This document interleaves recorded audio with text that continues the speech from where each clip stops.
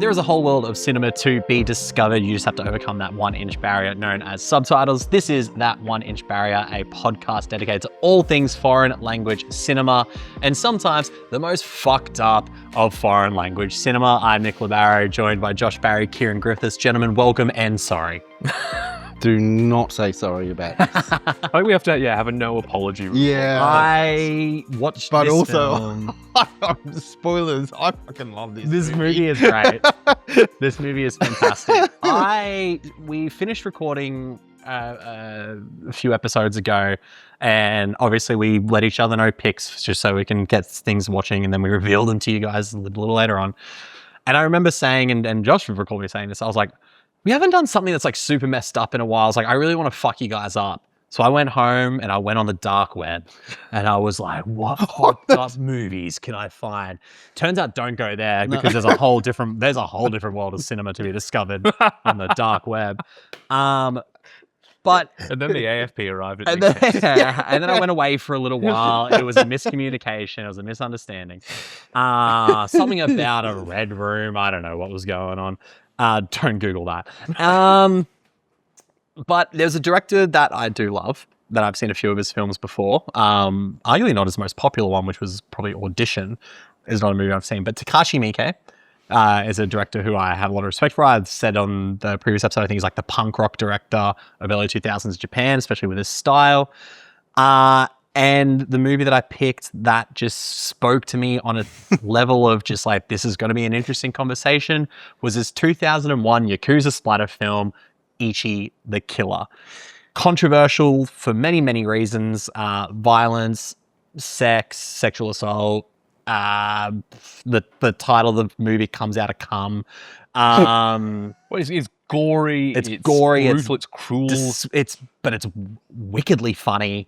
Based off a manga. It's based off a manga, yeah, but it had like a 10-issue run. It was censored by 3 minutes, I think, in some countries. Censored by 16 minutes in some other countries. Okay. And then outright banned in several others. Banned in Germany, of all places. Germans can't be getting on a high horse about anything. Have No. you seen the shit they've done? I was like, they don't know. Kettle calling the pot black there, Germany. No, we love Germany. We love your cinema. But yeah, Ichi the Killer is, I think, a perfect pick because it's like probably the most controversial movie we could probably get away with talking about. This is probably the first film we've watched that's been banned in any countries. I think It might be on here, yeah, for sure. Yeah. And mainly for like content rather than like thematic reasons. Like I can imagine maybe some of the more political films we've done have been like, you know, maybe on the brink of getting banned for I'm like sure thematic. in 1931 was probably probably on the controversial but this is scale just things. a straight up gory, excessively violent, brutal film, a sexually brutal film about a sadomasochist Yakuza cleaner, basically. He works for the Yakuza. If someone high up gets killed, he is the guy they send in to try and find out who's behind it, and he does it through very interesting methods, violent methods. But he's not Ichi. He's not Ichi the Killer, no. Yeah. Which, let me tell you, that confused me for the first half. No. Of the Yeah, film. agreed. Because I'd right. forgotten. I picked that up early on. Okay, because I totally forgot that. Well, I picked it up straight away because there is a scene early on in the film, and we'll get back to like the intro stuff, but like there's a scene early on in the film where there's 3 guys cleaning up a crime scene. Yeah. And they say like, oh, this must be the work of Ichi. Yeah. And then in that room in the next scene is Kakihara, who is I feel like I keep calling him thinking a detective, but he's kind of like a Yakuza detective, I guess. Like he's not He's their like bloodhound attack dog. Yeah. Pretty much, yeah. They send in when they need to get some dirt who work uses S&M tactics, sadomasochism to And it's torture people. the perfect intro for him with the camera coming up behind him and him taking a toke of a cigarette and smoke goes up both sides. There's a scene where Ichi the Killer ejaculates in the first 5 minutes of the film, and I'm telling you, when we talk about Takashi Miike's direction later on, we'll be cleaning up this room. I'll tell you that much for free. But I think the confusion for me definitely came from the fact that Kakihara is on all of the posters. Yes, he's on the cover of exactly. The main character of the film. If you've ever seen anything to do with Ichi the Killer, you've probably seen him, you know, the guy with the scars and then the bleach blonde hair and the suits. Yeah. He's the face of the film. Yeah. But he's not Ichi the Killer. No, Ichi the so Killer. That confused me probably more than it should have. Yeah. That could just be on me being dumb though. So there's every chance of that. No, for sure. No, that makes sense. Yeah. Yeah. You And can I think tell that's me, yeah. why I'd forgotten, because it's called Ichi the Killer and he's on all posters, it's always about him. So it's a much more sellable. Oh, yeah, that's right. It's not. His look is a much more sellable thing than Ichi himself, who is just, I shouldn't say just, but he's a very disturbed, younger individual, like early 20s, very quiet. Yeah. I think you could probably say definitely has some sort of mental illness, or he's very, but you do find out throughout the film that was probably something that has come on through abuse, specifically psychological abuse from a character that's revealed later on in the film. Yeah. But he is someone who goes around disgustingly in the first few minutes of the film, watches a prostitute get beaten and raped and gets off to that. But then also is kind of like this vengeful sort of vigilante character in a sense too. Yeah, so... Because he uses his fun little blade boots to kill people who beat up the prostitutes that he likes. This time watching it, I definitely got Batman and Joker vibes from this. Huge. Yeah, massive. Because Ichi is wearing hockey pads. Yeah, he has a number 1 on his back. It's like Is it Batman number 1 Begins. It is number 1. Is it number 1? Number 1 is Ichi in... of course, yeah, Japanese. The literal translation of the title is Hitman 1. Hitman, yeah. That's cool. I like that. Yeah. He's dressed up like a vigilante. It's Batman Begins. Yeah. It's very much... And then you've got Kakihara with his the Joker scar. smile. Yeah. And even there's one bit where he's wearing a purple, suit. long... Super Batman and the Joker vibes, just told on a much more violent level. Batman and Joker X-rated. I mean, just to get it out there, and I think this probably should be just mentioned as maybe a content warning as well. There is a lot of abuse of women in this film. Yeah, there is a lot of rape. The first 5 minutes of the film, there is a prostitute getting beaten and raped. Yeah. There is a lot of gory dismemberment. But yeah, I think specifically the violence against women is probably what caused a lot of controversy with this film. Yeah. The story it's telling, it's that is an essential part of the story. It doesn't mean it's easier to watch because they are all disgusting scenes, but it adds so much to especially the character Ichi, who his psychological trauma and stuff creates this conflict in a lot of those scenes later on in the film. This is ultimately, to me, a movie thematically about the cycles of violence that happen within systematic mafia sorts of things. Is there's no troubled individuals doing troubled things and there's no one to hold them accountable for it, because the only way to get what you want in these environments is through violence. It's toxic masculinity, power dynamics and stuff as well. Just told in a very grotesque, but dare I say, very vibrant, very well directed, comic book punk rock comic book style of filmmaking, which I think Takashi Miike is so fucking good at. For me, that's where this film basically gets away with that. It doesn't work unless. Yeah, exactly. Yeah, totally. Yeah. Kieran, you're a bit quiet over there, my friend. When the title Ichi the Killer came out of Ichi's cum shot, did you know you were in for a ride? Did you go, thank you, Nick, for this blessed pick? I see. And did Cristiano walk in and he goes, it's not what it looks like. I swear. Yeah, I actually changed the channel over to porn because that was easy to explain. That's right. I mean, that was actually welcome relief. Not just for Ichi. Very good. Very well, very true. Purely because the cutaways to the cum shot was that was meant that I didn't have to watch a prostitute get beaten and raped any longer. That is true. Yeah. That is very true. And it's graphic and it's heavy. It's brutal. The prosthetics in this film are makeup and it's a hard watch. Yeah. We were thinking about this before we started recording in terms of what else have we watched that's kind of this extreme. And we talked about Climax Gaspar Noé film. But even still, But I don't think that sort of even comes I think close just even to on the level of grotesque brutality and the cruelty. Quantity of it as well. You haven't seen Irreversible, have you? No. Yeah. But it's interesting that was all kind of happening at the same time, right? True. Like late 90s, early 2000s. You had stuff coming out like... This like extremist movement. You had Takashi Miike doing was. his thing in Japan, but then you had Gaspar Noé, you had Lars von Trier in his early work. You had things like Martyrs.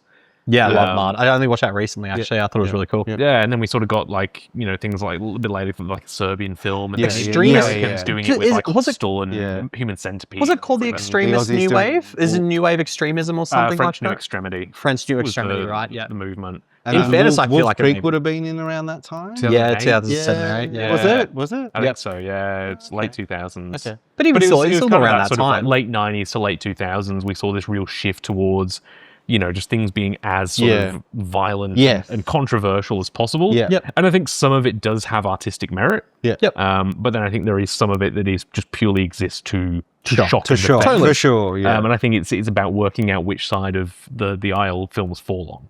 And that's obviously going to come down to personal preference. Totally. I think. I think something like a Serbian film, obviously, it's banned in several countries. I don't think there's any great message in it, despite what the director might claim. I think it is just a grotesque film that exists purely to offend and upset people. I think that there's no value in it. Whereas I think Climax, even though I didn't necessarily love it as a film, I do think Gaspar Noé is... he's got some really interesting things to say about human nature. Yeah, sure. And how we treat other people. I mean, I'd be very intrigued, and I probably even wouldn't recommend you to watch Irreversible, but I'd be intrigued to see what you think of thematically of Irreversible as well. I mean, I know a bit about it. And I know that it probably does kind of side on that more side of, like shock value. Shock value for the sake of it. But I do think, Noé as a director, again, much like Takashi Miike, very hyper stylized. Yes. Oh, the strength in the directing is definitely there with Ichi the Killer. You can't deny, that it is super stylish, that the cinematography is really strong. It's got some great costumes. Oh, some great sets too. And not even just... No, you have to point it out. Some of the elaborate torture chamber setups are actually like phenomenal to When you've got look a at. man suspended from the ceiling body hooks, by hooks into his arms and legs and the skin of his back. But I also love how that is set up, where you don't see the hooks first. Initially, So you just got this guy just kind of hanging somehow. And then it kind of slowly reveals. And you've got Kakihara, loving this because he gets off on inflicting pain, but also receiving. And he talks about that as well throughout the film as well. He's like, when he's getting beaten up by someone during a chase, and he gets punched, and you can see it rocks him. But he's also like, you don't do this with pleasure. Like, I don't feel this because you are not... You need to hurt me with love. Yeah, exactly, You need to mean it. And they show Kakihara in a sexual SNM situation as well. There is a woman who beats the fuck out of him. And he's obviously, he's cut his... So he has scars, but he's cut his mouth open and it's held together by piercings. And I love when he smokes in the beginning of the film. He smokes and the smoke trickles out. And I was like, that is fucking like cool. gills almost. It is. It's disgusting. But I was sitting there going like, this is stylish as fuck. Like, this is really cool. Yeah, just the outfits he wears. Like all the Yakuza guys are, obviously dressed up in all these nice suits. They're wearing like, black or brown or tan or whatever. And he's just got Kakihara in these like elaborate purple colors, numbers with like these floral shirts. He's got this bleach blonde hair. And it's like, I should not find this man cool. But I do. But compared to the mentally ill masturbating man out on the balcony, like, he is the coolest character. You know what I mean? Like, it's slim pickings. Well, that's it. Then you've got Ichi on the other side, who's being basically manipulated through psychological torture. How crazy is killing that? people for these other gang members. And he's, so he doesn't. That was a great understand reveal. What he's doing. He's basically just been, they basically this brutal murderer and psychopath. Who's been told to go and do these things because these guys did something terrible to you in the past. You need to go kill them. And he gets off on the inflicting the pain. Inflicting the pain. And it's a semi spoiler, but it's not. There is a recurring imagery with Ichi of he was basically told that like he witnessed a schoolgirl get raped when he was a child, and they beat him up, I think, as well. Like, it was all people that the other side of the clan, Yakuza clan, want him to kill are the people he see. But in that video, and it's shot in like a video camera style, the girl changes every time, or the face of the girl is different as well. And then the face of the guys who are the face of the guys are different as well. And I was like, it's these really cool stylistic elements, really cool. But it comes in this thing where you have to observe it in this footage of a schoolgirl getting sexually assaulted. So this movie is challenging at the same time. Like, as cool as I think the idea and the prep, like, we've talked about, like, with Infernal Affairs, and obviously my love of The Departed, I love gangster films, I love crime films. Yes. So to watch this film where, like, it's taken to an extreme level of, like, a Yakuza cleaner or whatever he is, like, trying to do this investigative thing to find out who killed the Anjo family boss, I think it was called. I was riveted by it. And then to have, like, a super fucked up nemesis as well in Ichi the Killer, like, who is, like, the antagonist of the film till he's not. In a way. Yeah. Like, just the basis of the story, like, I was in. It's just told in such an extreme way. Yeah. Which I think, when you were saying before, like, what does it fall on the side of, like, is it Takashi Miike actually saying something with the violence, or is it shock value? Like, the ending of the film and the younger character who's involved in C stuff, I think is, like, the punchline of the film, in the sense of, like, this is just going to be a recurring thing of violence because this is the toxicity of this environment, and nothing will change it, and it'll just get worse and worse and worse because there is emotion behind it. What we've thought is just senseless violence throughout is actually fueled by something else. With Ichi, it's fueled by his psychological manipulation. With Kakihara, it's whatever. We don't find out a lot about his history, but, like, this is just a general assumption, I might be wrong. I feel like you don't become a sadomasochist without some shit happening as well. Even to his, like, part where his story ends and what he, like, does to himself stems from something, right? There's an emotional driver behind that. So, like, I'm sitting there going, like, okay, so, like, these guys are they're fucked up individuals because of shit that's happened in their life, and now it's happened to someone else, and the way the film ends is, like, it's just this non-stop cycle of extreme, and it's just going to get worse and worse and worse and worse. Because the whole film kind of sets up for this sort of final confrontation between Kakihara and Ichi. But Kakihara is less, you know, it's less about him wanting to get Ichi because Ichi's killed Kakihara's boss. And Kakihara realizes that this man is more sadistic and cruel and violent than he is. So he's getting off on the idea that there's someone out there that can, you know, inflict a level of pain on him that he hasn't ever felt. He's ready to come. He's ready to go. Can't imagine what the Ichi 2 title card would have looked like. Both of them together. just the double Dutch rudder of sadomasochism. Dude, there's a point where Kakihara cuts off part of his own tongue. Like, that, to me, I was like, this movie is fucking... This is, we get people being like sliced in half, someone cutting their own tongue off. I always remember someone's arm being ripped. Someone's arm being ripped. The needles getting put... For every... a lot of needles through skin. Needles through skin. Someone's nipples are cut off in a very grotesque way. Somehow still not as violent as just the pure and plain beating of prostitutes in this film, which are far more fueled by, I think, toxic violence. Because, like, the really, really gory and violent stuff is so almost comical. It is, because of how over the top it is. It's super It's insane. cartoonish. Yes. You know, like, we see Ichi go into a room and kill a dozen people.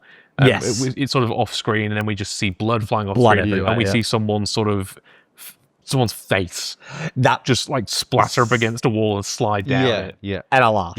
Absolutely. There's some really shonky, you know, 2001 CGI. There is some terrible, and I mean, for the budget of this film as well, which I don't think was too high. So we're looking at, it doesn't even have a budget on here. So there we go.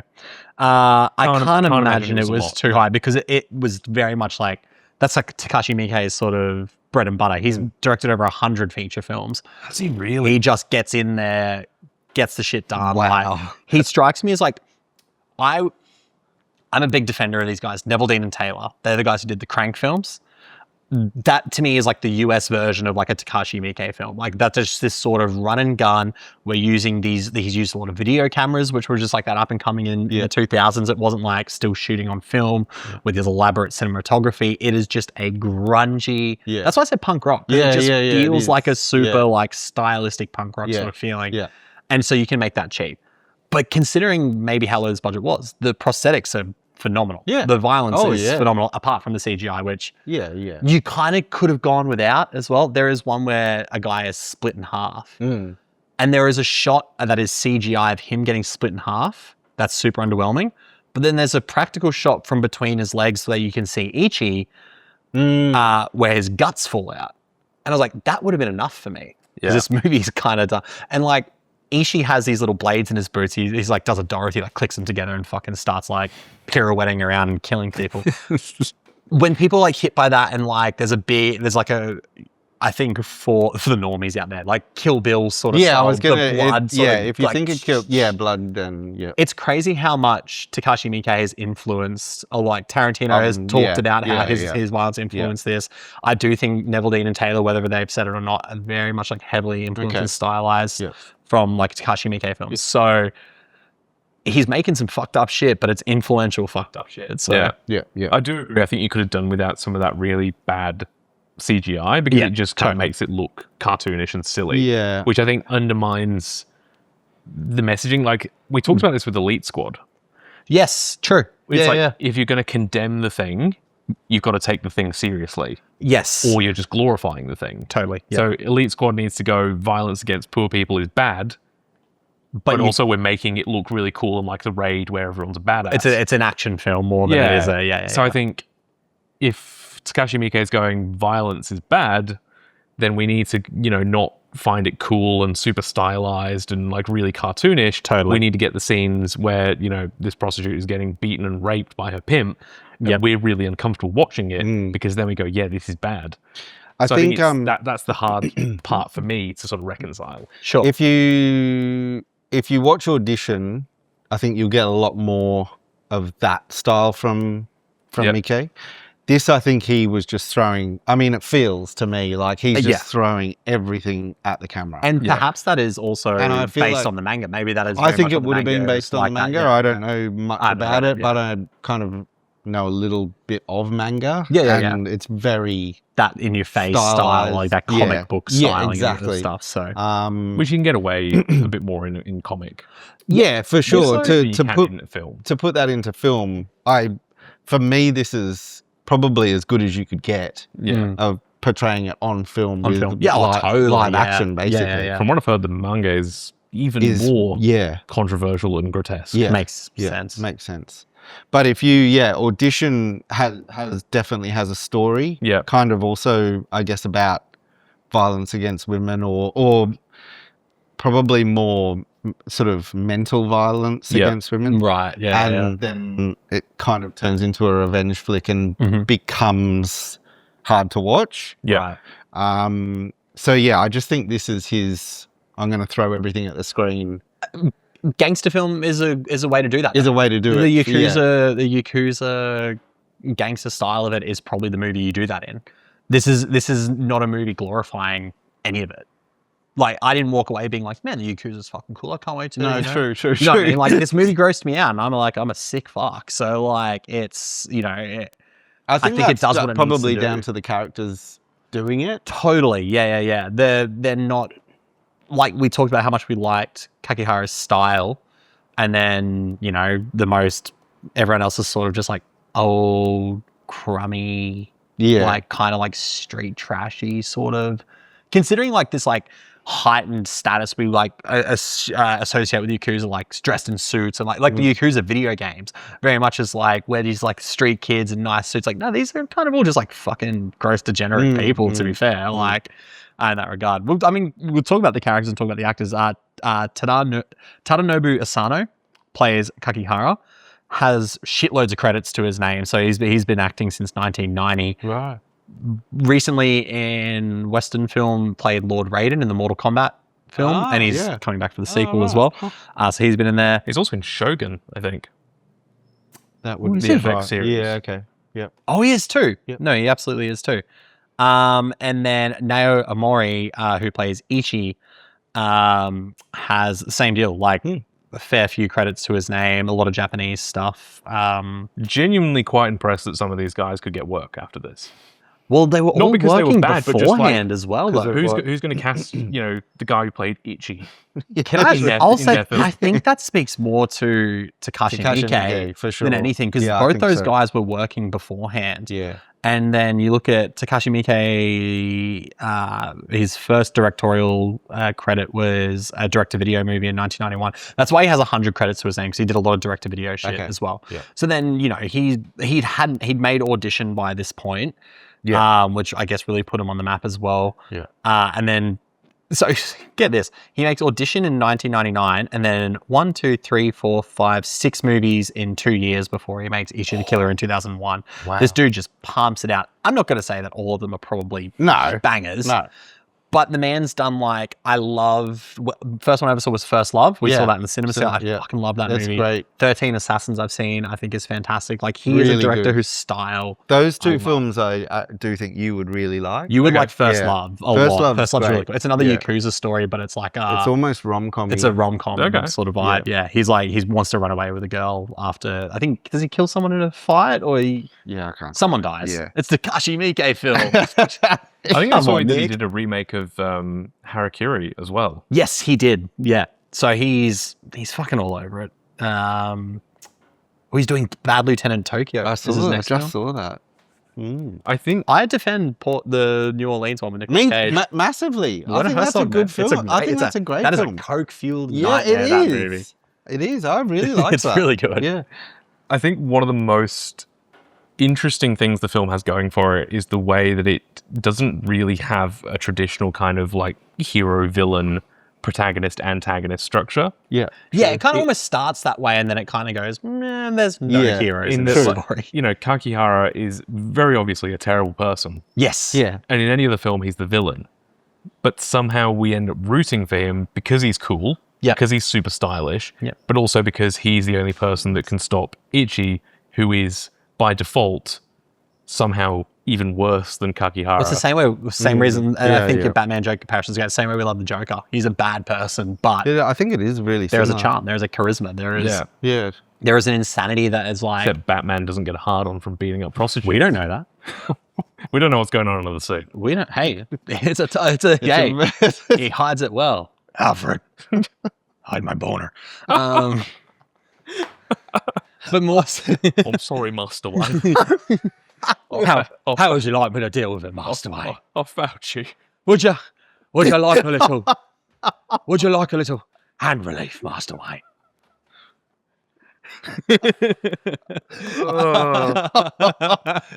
Anywho, if there's one episode we could say it, it's the Ichi the Killer episode. But I think that's the interesting thing for me is the way that it makes us root for someone who is so despicable under any other circumstances, but because his opponent is somehow even worse. Yeah, and still true. Takashi Miike goes but remember, this kid was violently messed up and psychologically abused. Are you going to feel bad for him? And you're like, fuck, dude, this is the dude who fucking jizzed to a rape at the start of the film. Like, how am I supposed to be this? Yeah, but it's like getting mad at Hodor, right? Like, it's just like this dude does not know what he's doing, what's going on. It's like, okay, is he a victim? Yeah. Even though he's just murdered several people. And watching him, the guy who plays Ichi, there is a scene later in the film where you see sort of the manipulation happen in real time with the person. And there is a woman who claims that she's now the person who was the schoolgirl who was raped and is trying to be like, oh, Ichi, you're so good to me. Blah, blah. He's never met this person before. Because she isn't real. Because she isn't real. Yeah, exactly. Yeah. There's a great reveal about that. And that scene, the violence in that scene is very much like you feel bad, but he has this switch. And it turns immediately to violence. A switch, doesn't he? And it's terrifying to watch. Because he's very timid. He's he's super timid, super shy. Can't really communicate. Hurt a mouse, but then there's a and then bang, and then you see it in his face. Yeah, you do. And then it's almost like this violence he can't control. It's like there's sadness in his eyes as he's doing it, but he's like, I literally can't control these violent urges. Yeah, it's so fucked up. Yeah, but it's done so well. Yeah, yeah. This movie is a fucking banger. Yeah, I think. But I can would recommend it to no one. Unless you like jizz It's like and the You blood. the Living thing, right? Though, like, Yeah, in yeah, terms yeah. of Yeah. your, you know, Yeah. you, That who I would. you love it, but it's like who's going to watch this? Yeah. Who do I tell to? Yeah. Sickos. Yeah. Sicko Nation, reach out. I'll make 2 guys watch it for a Yeah. podcast. This has been a whole ploy, 50 odd episodes, just to get blood and semen on the screen, but not mixed together. In the words of Russell Crowe in Gladiator, I will have my revenge. Yeah. Or the next. I'm sure. Oh, I don't know. Yeah, That's too good. I kind of hope this wouldn't put you off to watch more of his films. It probably hasn't done. Yeah, true. It is pretty brutal place to start in his filmography. I just remembered sometimes we were like, is this a good place to start? Yeah, Someone's filmography? No. Ichi the Killer is not. No. I would say First This is a Love. good introduction First Love, 13 to, Assassins would First be a Love good would one. be a great place to start. 13 Assassins is another good one because it's basically like Seven It's a samurai film, but Yeah. Because that's a remake fully. as well. It Yes. is. Yeah.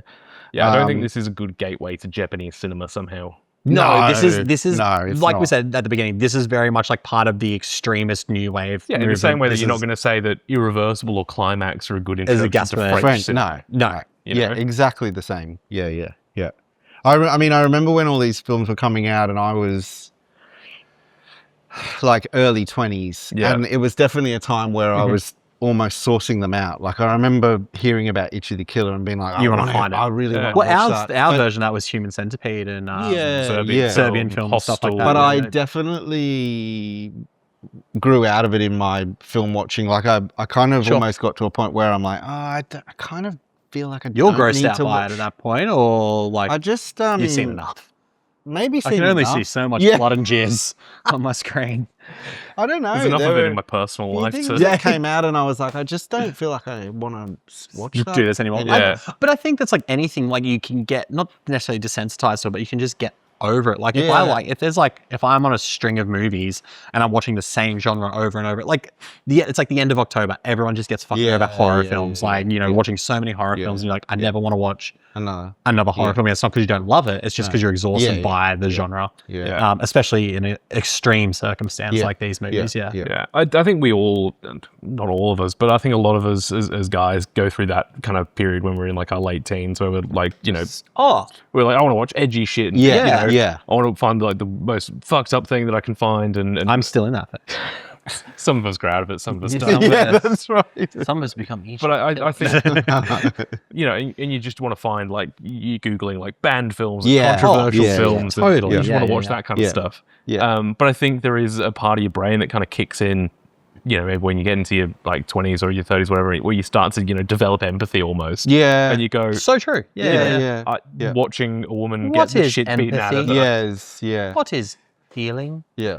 I mean, I remember when Irreversible came out and someone told me about it, I was like, I've got it. I went to the cinema and like I couldn't wait to watch it. Yeah. Now, I just feel like I don't know if I could rewatch that movie. Yeah. If I did, I would fast forward 9 minutes of that film. Yeah. Like literally would probably skip 9 minutes Yeah. because I've seen it. I don't need to be put don't need through to it watch it again. again. No, Yeah. and it's that's what I was kind of talking about earlier. Is like, to what end? Yeah. Yeah. To what end Yeah. is there this violence? Yeah.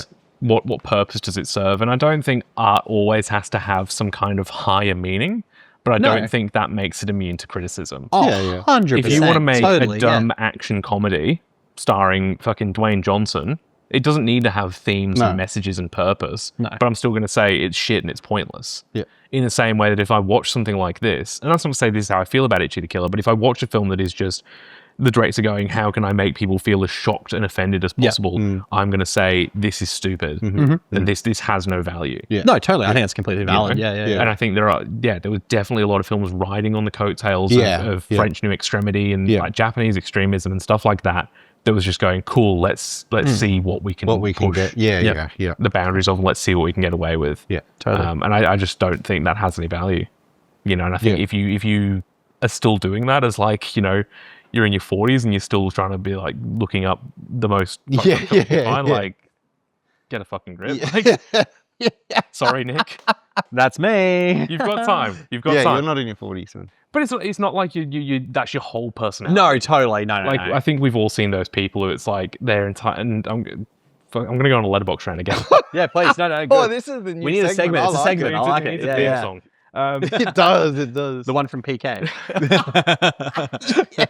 Little carnival thing. Little carnival thing.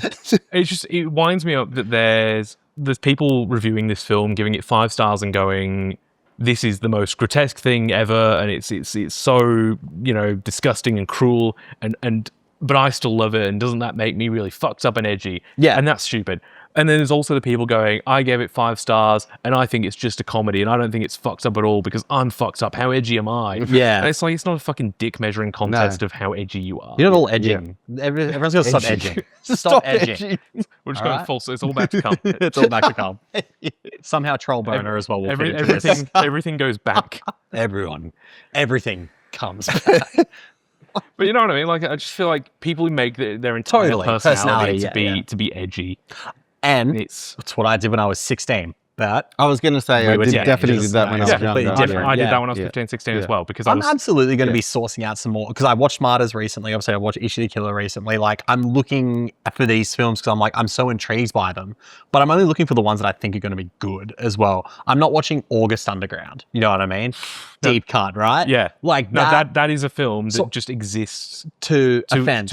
And I would almost watch it for that sake. Are you familiar with I don't know that. No. It's a trilogy of films that are filmed like snuff films. Basically. Yeah, they're basically filmed in a way that, you know, if you stumbled across it in the wild, you could legitimately think it's real snuff. Yeah, and it's just disgusting, degrading. I got that. That's like the stuff I probably would have sought out at that age. I got that with Human Centipede. Like, I remember watching Human Centipede when I was... Yeah, see, I've not seen that.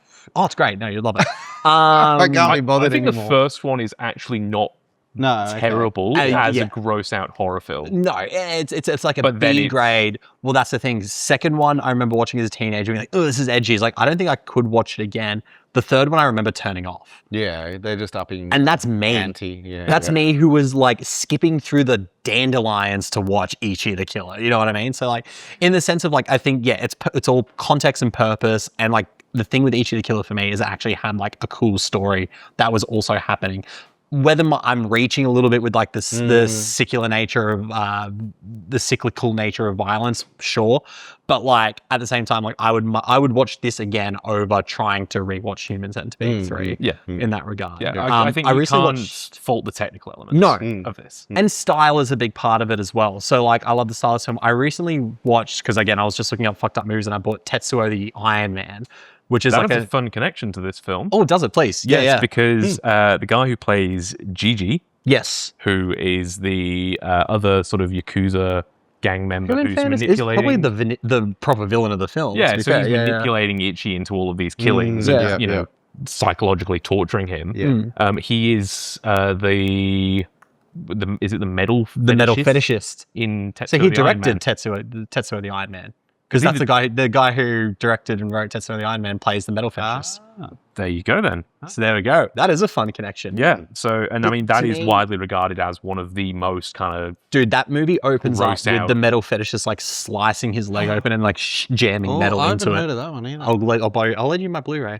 That's only 1989. 67 minutes long. Oh, wow. What, from 89? 89. Okay. But it's just... Oh, and it's disgusting. Gross out. It's body horror. It's gross.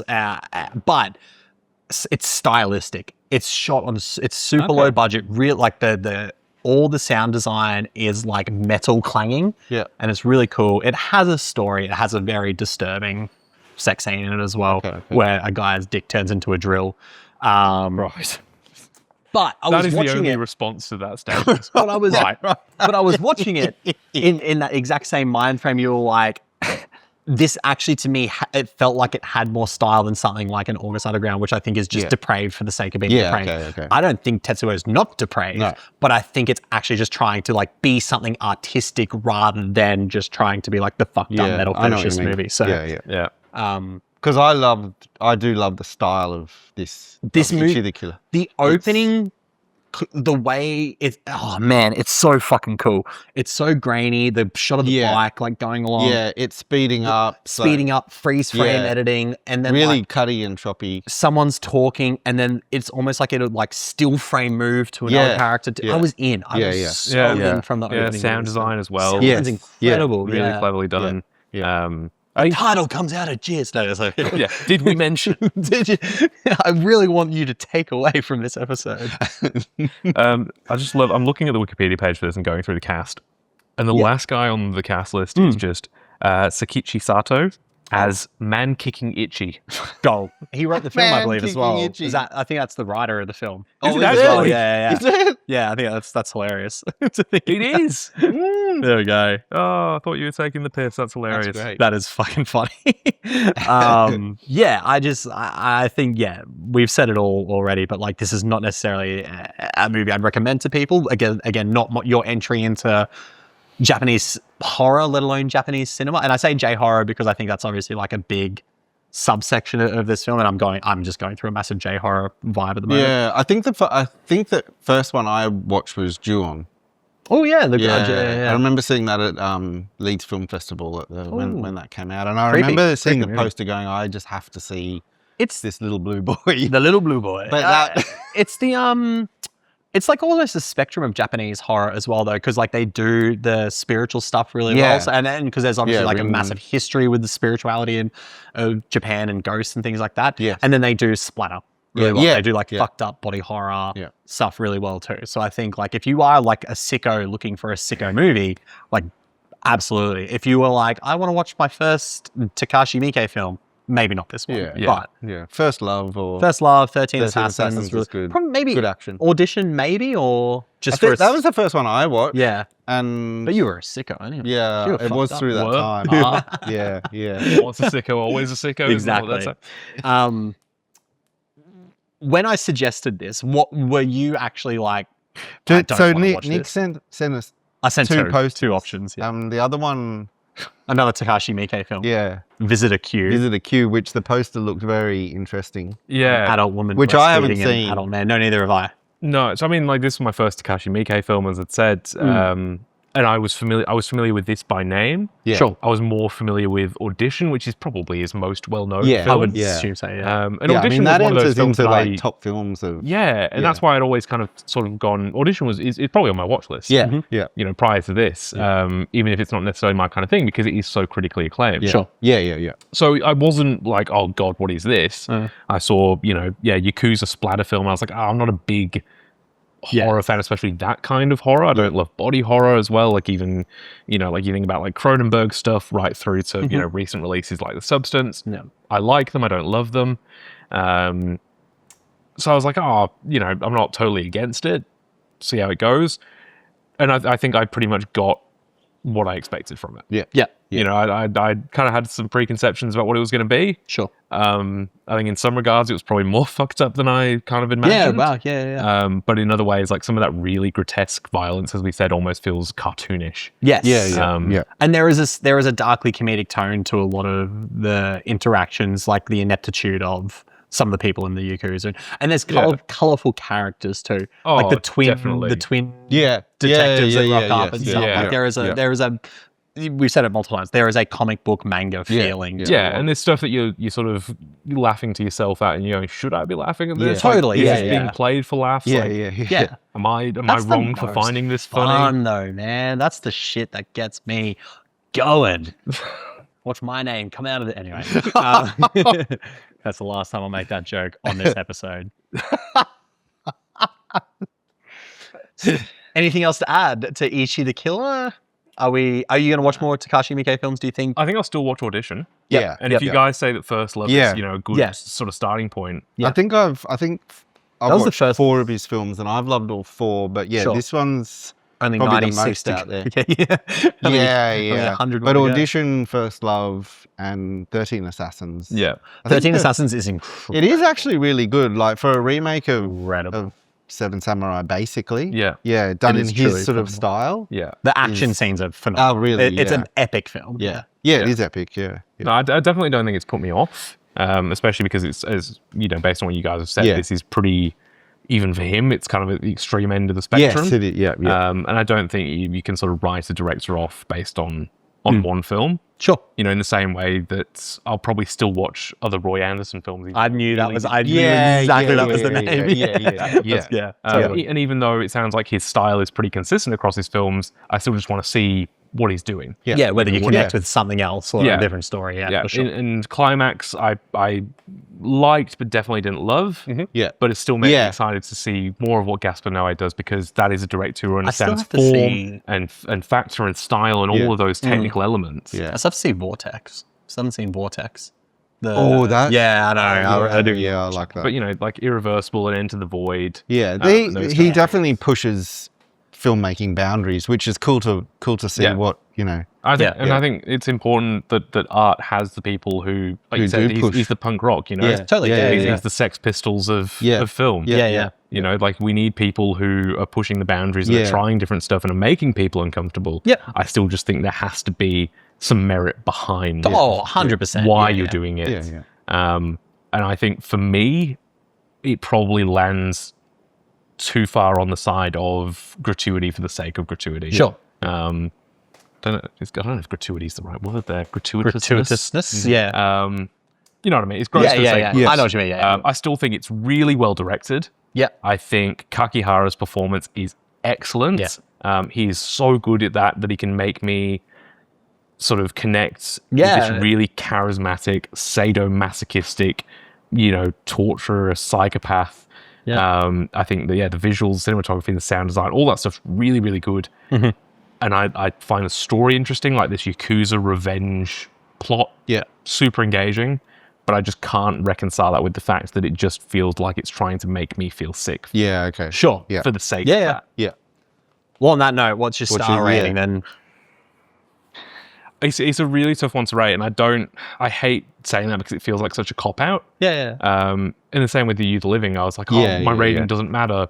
And it's not just because I'm giving it a negative rating that I want to try and justify it. Yeah. I think it is some of these films are just genuinely hard to put a rating on. Sure.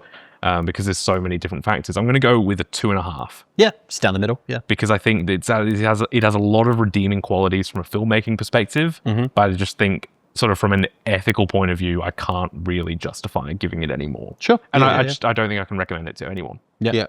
For me, a 3 has always been my baseline for recommendation. Yeah. So if I can't recommend it to anyone, then I can't justify giving it anymore. So it's a 2.5 for me, but there is a lot that I like about it. Yeah. For those of you at home who think, if someone has a different opinion to me on a film, I should fucking lambast them. No. This is called a constructive conversation about the art form we love called cinema. Okay? Yeah, this is how we do it. That's literally. Josh, star rating. Kieran's wrong. It's a 4. It's a 4.5. No, I completely agree. It'd be hard to recommend this film to many people. Oh God, yeah, absolutely. I give it a strong 4. I probably I wouldn't go over that.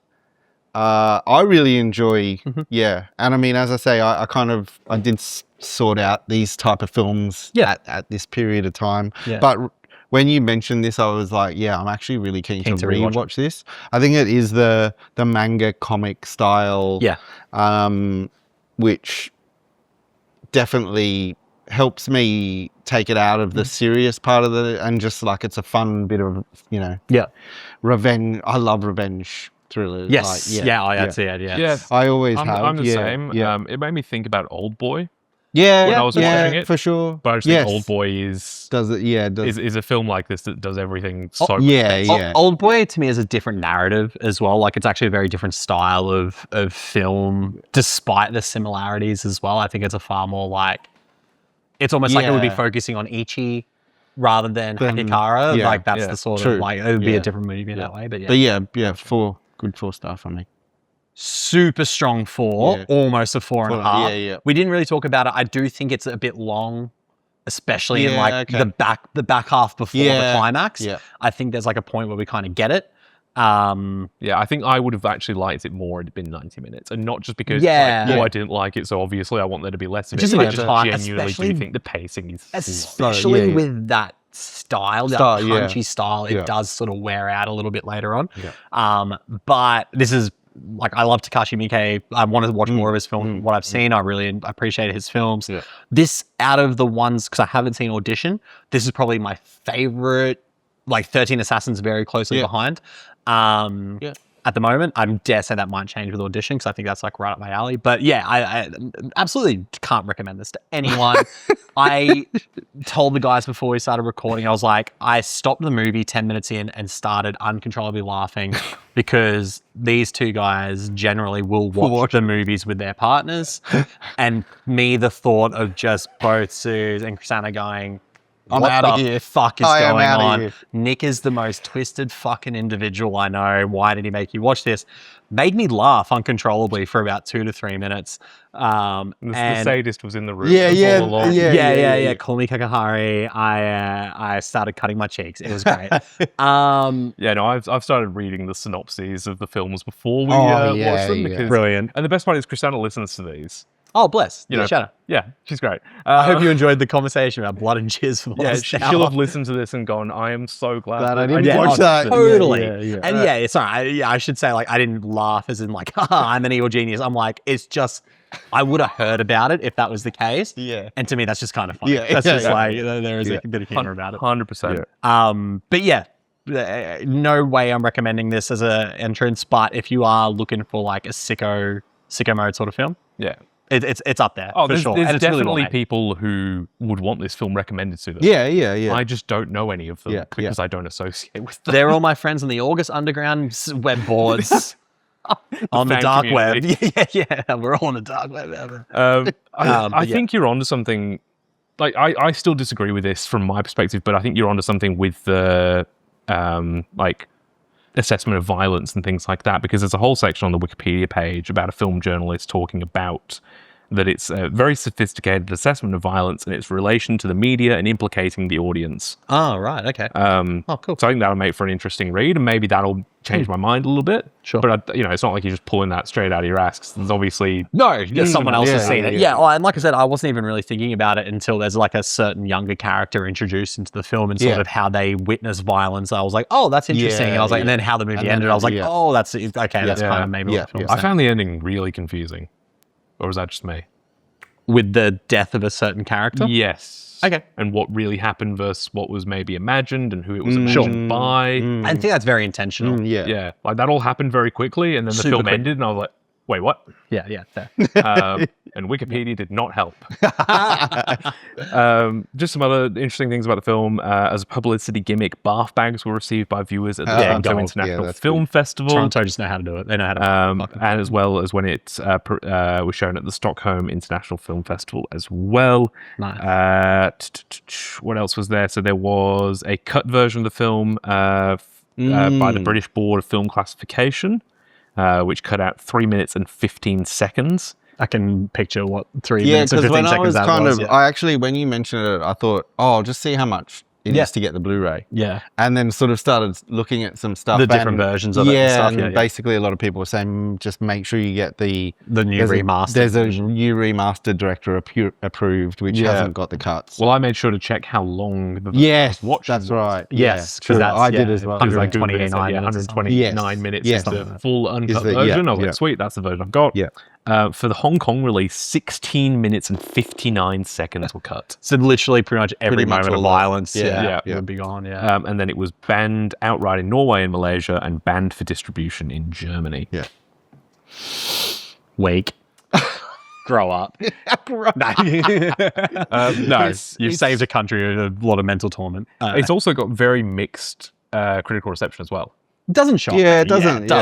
But I can't think of a movie from the extremist new wave things that didn't have you look at the Gaspar Noé stuff that we talked about. You look at and that was the intention. It was almost like it's not the complete reason. Some people hate it. Totally. And it's not the complete reason these movies exist, but they do seem like a fuck you to an old guard of criticism as well. Yeah. They almost feel like, well, I can make what I want and this is what I'm going to make and I'm going to make you watch it kind of thing. And that's, The thing is, if art is generating conversation discussion from differing perspectives, is it not achieving its purpose? Exactly. Yeah. Totally. So I think there's an element of that. Like I always think about, there's a really funny review from David Stratton and Margaret Pomeranz. It was the Lars von Trier. What is it? Dancer in the Dark? Dancer in the Dark. Yes. I think David says He hates it. Yeah. He thinks it's pointless and gross and terrible. 1-star review. And then Margaret's like, no, I love it. It's great. 5 stars. It's perfect. Yeah.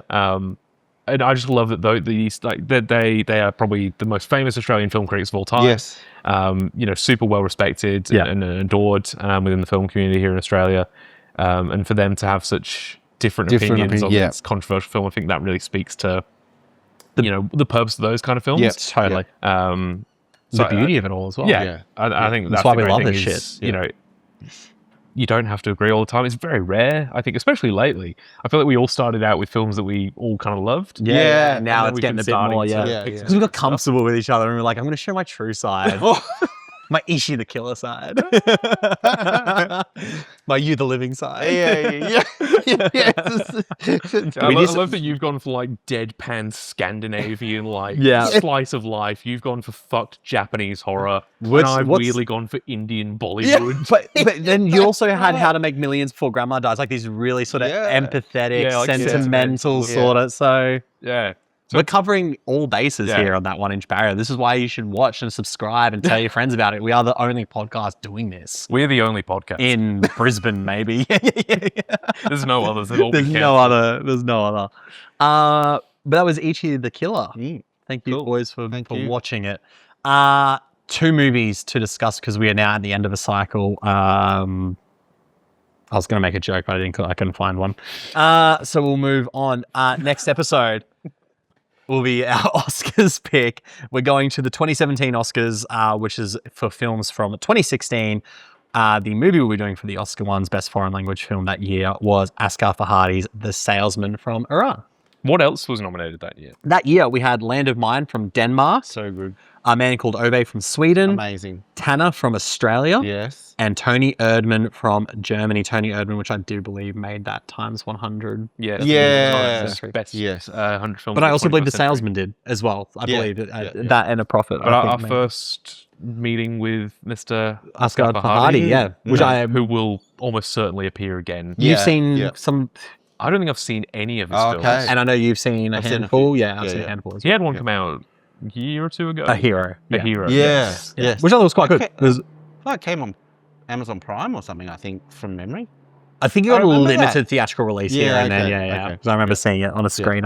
Very, very excited. Yeah. Oh, Absolutely. I don't think he's had a film that hasn't been award-winning. Yeah, you're right. So really excited to watch that. And then once we've done our Oscars episode, starts again. We're back to Josh. He's had a long, hard think about this. What have you got? Little segue from your little New York Times. Top 100. I'm hoping. I've not seen this film. Okay. It'll be. That's different for you, actually. I know. If you've not seen it, there's probably a good chance we have. Well, but I think there was something else, but you'd seen. Anyway, I don't remember. Okay. But this will complete my New York Times list. The 100 films the 100. done. So we are going to. Well, it's a Japanese / Taiwanese film. I believe it's a 2000 film. Yeah. Taiwanese director and writer. I love that you can tell when we're doing these live and finding out. But That's true. We got to sell it more in the future. I think it's kind of known as one of the best films. A lot of people say possibly one of the best films ever made. Oh, I think I know what it is. Yeah. And I hope I pronounce it right because I actually don't know how you... But Yi. Yes. I have not seen it, no. I've not seen it. I picked it because I've been wanting to watch it for a long time. It's been on my list, yeah. The 3 hour... Is it 3 hours? It's 2 hours 53 or something, I think. I know. If this is how I'm feeling, imagine how he's feeling. Yeah. But this probably is one of the first ones, maybe, that all three of us haven't seen. Yeah, I haven't seen it. There's not been many. Not been many. I know you've been trying to might have been the last one. True. I know you've been trying to cross list. Oh, PK as well. Films off the 100. Yes, I'm working New York Times. You've been so he's really helping us out. I'm helping you out here. I'm making my way through that. Yeah, I know you are. Yeah, I've got maybe 70 down, 30 to go. That New York Times. Okay, perfect. 100. Some of the ones I haven't seen are quite shocking. I finally watched There Will Be Blood, so that is a 5-star masterpiece, by the way. Yeah. So Amazing. That's exciting. That's one of those ones because I know Criterion have got a release. Yeah, of they it, do. and Yeah. it's always been sort of like a close to a blind buy. Yes. Just because I know how critically acclaimed it is. Yeah. I think it's really high up on Letterboxd. It is top 250. Yeah, it is. Yeah. So it was always like oh man, I should pick that up, and I usually buy something else. Right. But it's always been on the cusp, so I'm really excited to watch that. Yeah, finally see it. Japanese, Taiwanese. Yeah. I think it's based in Taiwan, but if you have a look, like I think languages spoken in it are Japanese, Taiwanese, Mandarin. Yeah. So there's also. But it just quickly says here it's a film about middle class family in Taipei, Taiwan. Okay. Love me a family drama. Yeah. That's going to be Right up the alley. right up my alley. Right up the alley. I do find the random English in Ichi The Killer really weird. Yes. Well, there was a little bit in PK. PK as well. There is always in the Indian films. Yeah, so, I mean, just to completely segue back to our last episode, that I think is actually how the Hindi language. It is, like English. Yes. Because they just kind of speak this kind of, there are some words that might just be... Just bounce off as, easier in English. This is just one character, a prostitute. In the club scene. Who speaks English sometimes, and it's not really explained why, because she seems to be speaking it to characters who don't speak English. And they reply to her in Japanese. Yeah. True. Confusing. Yeah. That's Ichi the Killer, baby. And on that bombshell. The Salesman and Yi, the next 2 episodes coming up. Thank you for listening and watching. If you are watching on YouTube and you haven't subscribed, make sure you do. And if you're not following us and downloading the episodes on Spotify, Apple Podcasts, please do. It helps us out a lot. Facebook. What am I? 500 years old? FaceTime us whenever you like. FaceTime us. Our numbers are down the bottom. If you want to talk Ichi the Killer, I'm down, baby. As long as I can do it from your balcony. If you don't subscribe to us, Nick is going to come and... I'm going to ejaculate on your balcony. I'm going to ejaculate on your plants. That's a joke. I can't wait for that clip to get taken out of context. I cannot wait. Instagram and Letterboxd, that 1 inch barrier. Follow us there, and all of our other Letterboxds and Instagrams will be down below. Thanks so much for watching, and we'll see you on the next episode of that 1 inch barrier. Catch you then. See you later.